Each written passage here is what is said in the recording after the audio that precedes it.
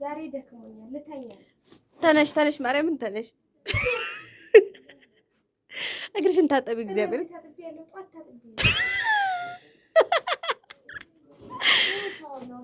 ተነሽ ተነሽ፣ ማርያምን ተነሽ። እንዴ እዩ እስኪ ተነሽ፣ ኧረ ተነሽ ተነሽ፣ ማርያምን ተነሽ።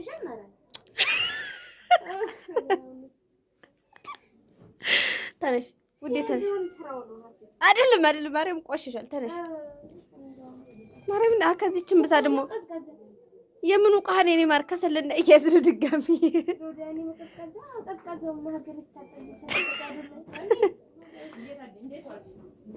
ተነሽ ማርያምን ተነሽ። እሺ ኮረኮንቻ አለ ኮረኮንቻ ጋር ሆነሽ እጥብ። ተነሽ ማርያምን ተነሽ። እንዴ አንሶላ ይቆሽሻል። ዝም ብለሽ በውሃ ታጠቢ። አዎ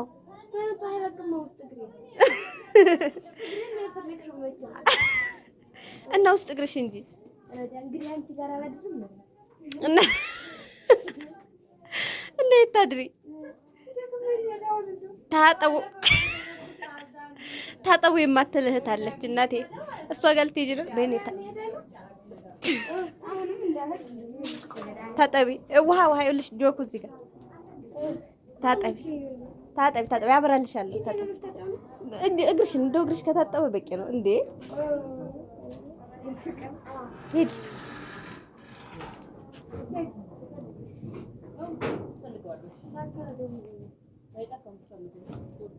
ያውስ መዝጊያው ሂድ አምጪ አምጪ።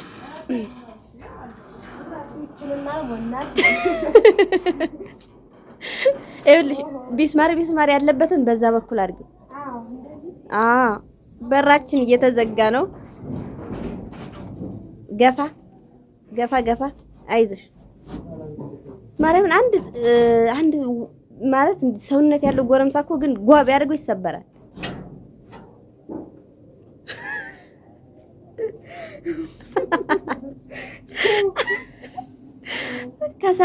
እዛ ጋር ደግሞ ማዳበሪያ ምንድነው እንዳትሉ ከሰል ነው። ከሰል ናትኝ። እሺ ውዶቼ እና እግርሽን ታጠብሽ አንሶላ አንጠፊ በይ። እኔ ነጋ ነጥፋለሁ በየተራ።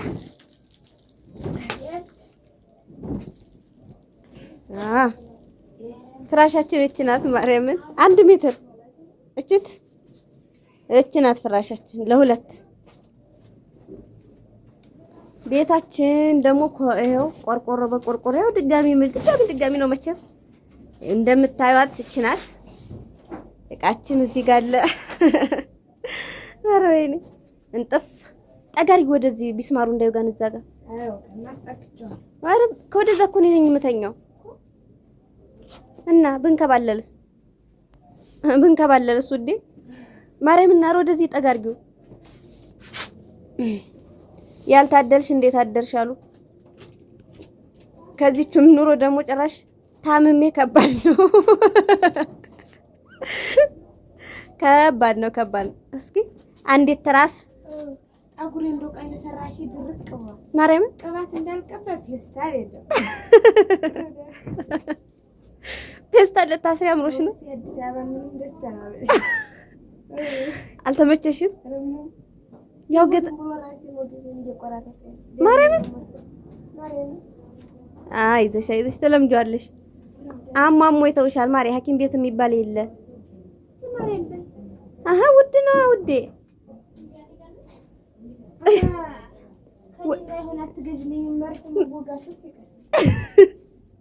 ከየት ይመጣል እንዴ? እሱ እኮ ያው ሐኪም ቤት ሄደሽ ነው የምትወጊው፣ መርፌ ማለት ነው። ሐኪም ቤት መድኃኒት ደግሞ ያው ታዞልሽ ነው። ያልታዘዘ መድኃኒት እንዴት ትውጫለሽ? ጤና መድን አለ። ስንት ብር ነው ግን የምትከፍሉት?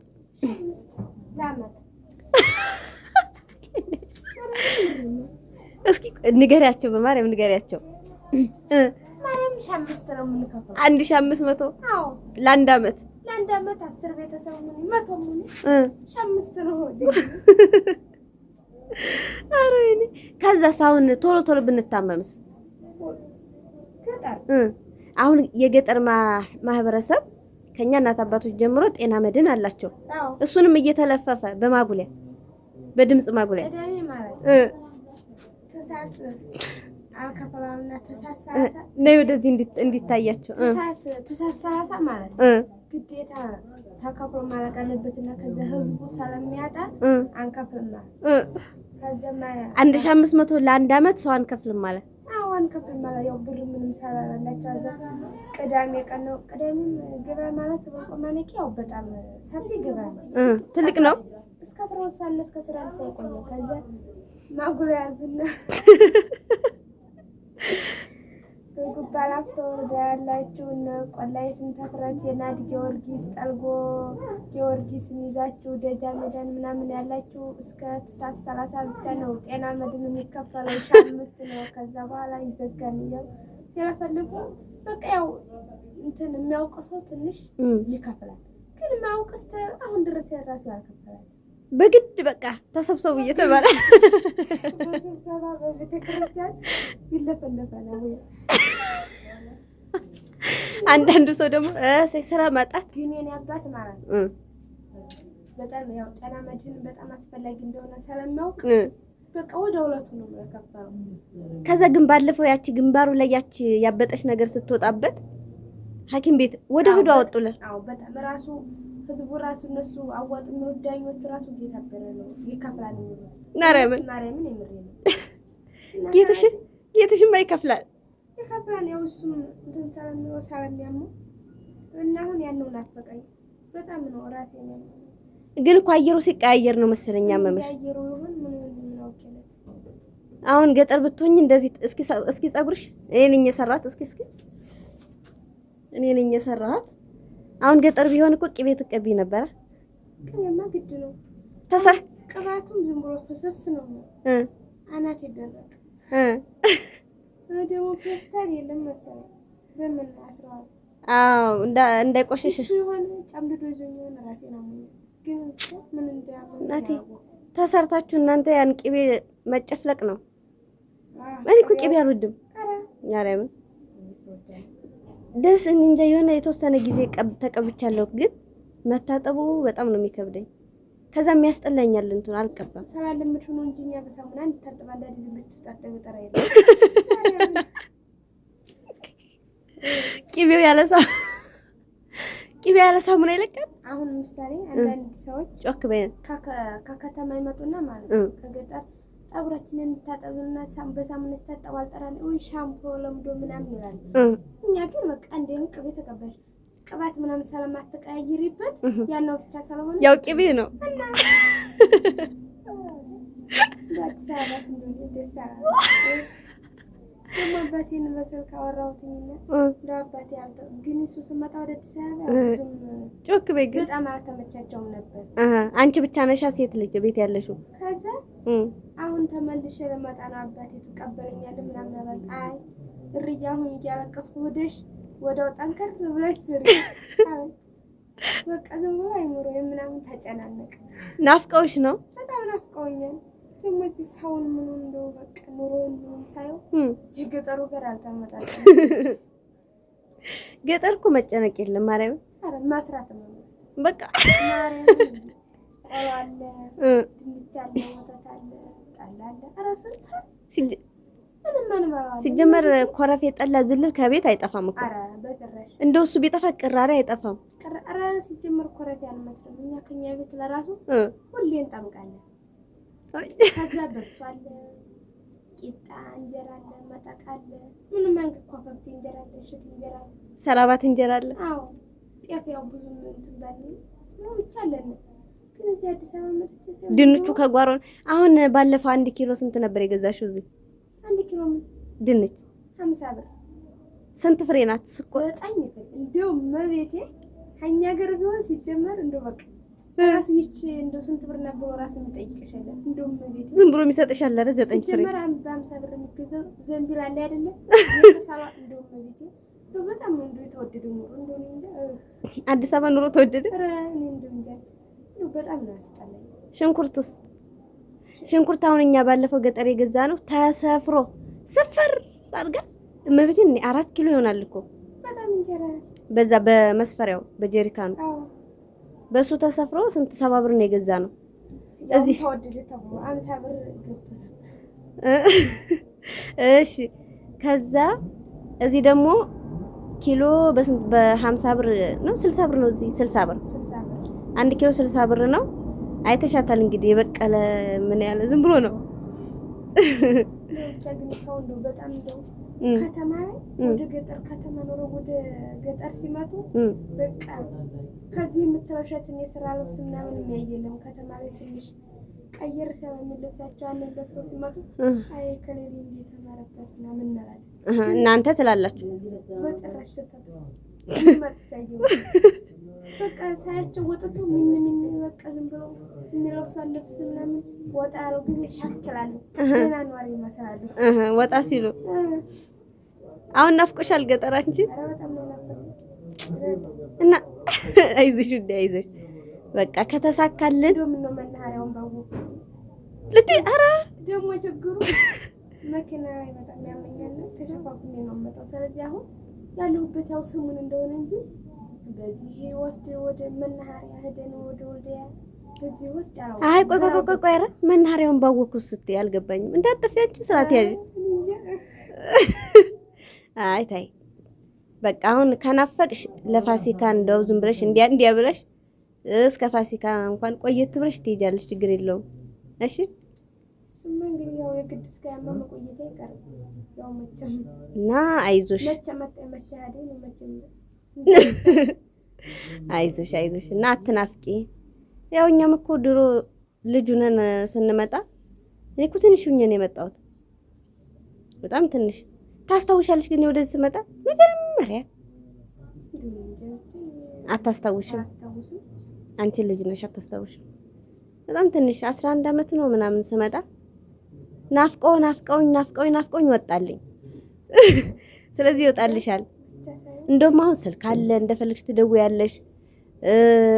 እሱም ያለ ስልክ ደግሞ ስራ ገና ስራ ጀመሩ ሞባይል እንትን ካርድ ነው ደግሞ እኮ የሚባክል ሲደርሳቸው አባቴ ዝም ብሎ ጥርት አድርጎ ዝግት ስለሆነ አውጥቶ ጎርጉሮ መደወል ነው ያለበት። ስለዚህ ደግሞ ካርድ ራሱ ከየታን ይችላል ከሪያ በድሩ ይሁን 10 ብር ቢያበድሩኝ ያችን 10 ብር አልተካው ላንዴ ትበደሪያለሽ። ሁለተኛ በደራለሁ ግን ማንን አልከፈሉ የሲም ካርዱ አገልግሎት አዘጋ ጭራሽ ዘጋ ነው። ሰላይ ምን ሰርቼ ራስ ለቤተሰብ ራስ ደውል በቃ እንደው ባላገኛቸው ራሱ በስልክ ለማውራት ስልክ ኑሮሽ ካርድ በቃ ገንዘብ ካለሽ ያደርጋል። ስልኩ ብቻውን አሁን እሱ ስልክ አለ መሰለኝ ሲም ካርድ ኑሮት በቃ ለቤተሰቦች ደውለሽ ካልተነጋገርሽበት ምን ይሰክርልሽ? እና ደግሞ ምን ልስራ በቃ ወጥቼ ሳይው ሰው ወይ ስራ የሚገባ እያለ መለፈልኩ ዘደር የለም ምን ብዬ ማንን ጠይቄ ስራ አለው ነው ዝም ብሎ መሯሯጥ ነው። ያንን ሳይው መሯሯጥ የአዲስ አበባ ኑሮ እናቴ መሯሯጥ ነው። አሁን ቁጭ ብሎ እኮ ቡና የሚጠጣ እንደው ከስንት አንድ ነው። ቤት ውስጥ የቤትም መቤት የሆነ ምናምን ልጆች የሚያሳድጉ ካልሆኑ በስተቀር መሮጥ ነው። ሰው ጠዋት 11 ሰዓት ይነሳሉ። በቃ ማታ ነው የሚገባው። አታስቀምሳ ራሱ የሚያመሻለ በቃ ሁሉም የሚያመሻል። ግን በጣም ነው ብቻ እንደው ተጨናነቅ ያለው አራት ተጨናነቂ አይዞሽ ደግሞ ለስራ አሁን እንግዲህ ስራ ትገቢያለሽ፣ ታይዋለሽ። እንደው ስራ ማን ነው የሚያስገባኝ? ትገቢያለሽ፣ አይዞሽ። እሺ ቤት አይቀርም። እንደው መቼም እስካሁን ስራ ፈልጉልኝ ባያቸው በዚሁ አጋጣሚ እስኪ እንደው ስራ አፈላልጉልኝ እንደው እውነት በስልክም በምንም እየተደዋወላችሁ እስኪ ጥፋችሁ ወይም በቃ በቀጥታ ላይ እስቲ አውሩ። ስራ እንደው አፈላልጉልኝ። ትላንትና እንደገባ ነው ለማርያምን እኔ መረኝ ስራ መስራት ነው የምትፈልጊው? አዎ ስራ ካልሰራች ሳይው ሁሉንም ሰው ሳይው በቃ ያልሰራ ሰው ማለት መኖር አይችልም። አሁን እቺ ቤታውን 4000 ብር ላንቺ ገርማሻለች። በጣም ነው ገርም እንደው ማለት አሁን ምክንያቱም አልጋውን አታዘረጋም። እቺ ኧረ ምን አታዘረጋም? አልጋ ቢኖር ሰሞኑን አዲስ አበባ መጥተረሱ በአንዳንድ ሰዎች ቤት ቁም ሳጥን የሚሉት አለ ቡፌ ይሁን ምንድነው ስሙ የሚሉት አለ የዕቃ ማስቀመጫ በቃ ጭራሽ አታዘረጋም። የለኝም እንጂ ምናምን ቢኖርሽ አይ እንደው በቃ ለአንድ ሰው ለሁለት ሰው በቃ ዝም ብሎ ለመተኛት እንጂ ለመተኛት ቀን ስራ እየዋልሽ ለመተኛት ይሆናል እንጂ አልጋ ቢዘረጋበት ቢያንስ አልጋው እስከዚህ ደግሞ ይሄን ምን እንደው ምን እንደነከሰኝ አባብጣን ሾሾ ነው አትሾ አየሩ ስለተቀየረብሽ ውሃው ምናምን ሊሆን ይችላል። አተካኪው የኛው ሀና ይሄን ስለሚቀየር አዎ ውሃው አይደለም ምን ይቀየራል? የኛ ሀገር ውሃ እኮ አሁን የምንጭ ውሃ ይጣፍጣል አይደለ? አሁን ከምንጭ ውሃና ከሃይላንድ ውሃ ጣሙን እስኪ ዝም ብለሽ አስተያዩ። ይጣፍጣል እኮ የምንጭ ውሃው የኛ የገጠሩ እና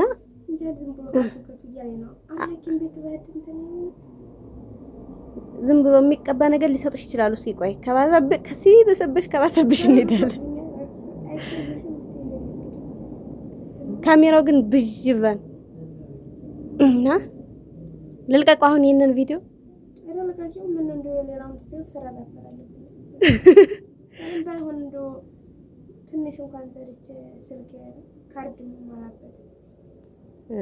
በቃ ይፈልጉልሻል እና የኔ ወድ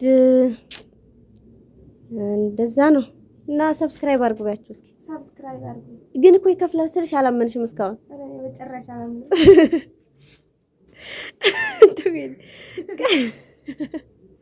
እንዴት ብሎ የሰው ልጅ ካልሰራ ምናምን እያልሽ ነበረ። ኧረ በጣም እንጂ መቤቴ ወይ ቀሚስሽን ግን ስንት ገዛሻት? እዛው ገጠር 200 ብር። መቼ ነው የገዛሽው? አሁንማ 2 ዓመት አለፈ። ለጥምቀት ነው የገዛሁት። 2 ዓመት ሆናት። 2 ዓመት አልፏታል። ለጥምቀት ጥምቀት 11 2 ዓመት አለ። እግዚኦ! ግን 2 ዓመቷ ምንም አልሆነችም። ኧረ እንዴት ምን ትሆናለች? አይ የማታ እሸት ጌታ ትባላለች። እህቴ ናት። ላይክ ሼር ሰብስክራይብ አድርጉልን። ማርያምን መስራት እንፈልጋለን፣ መቀየር እንፈልጋለን።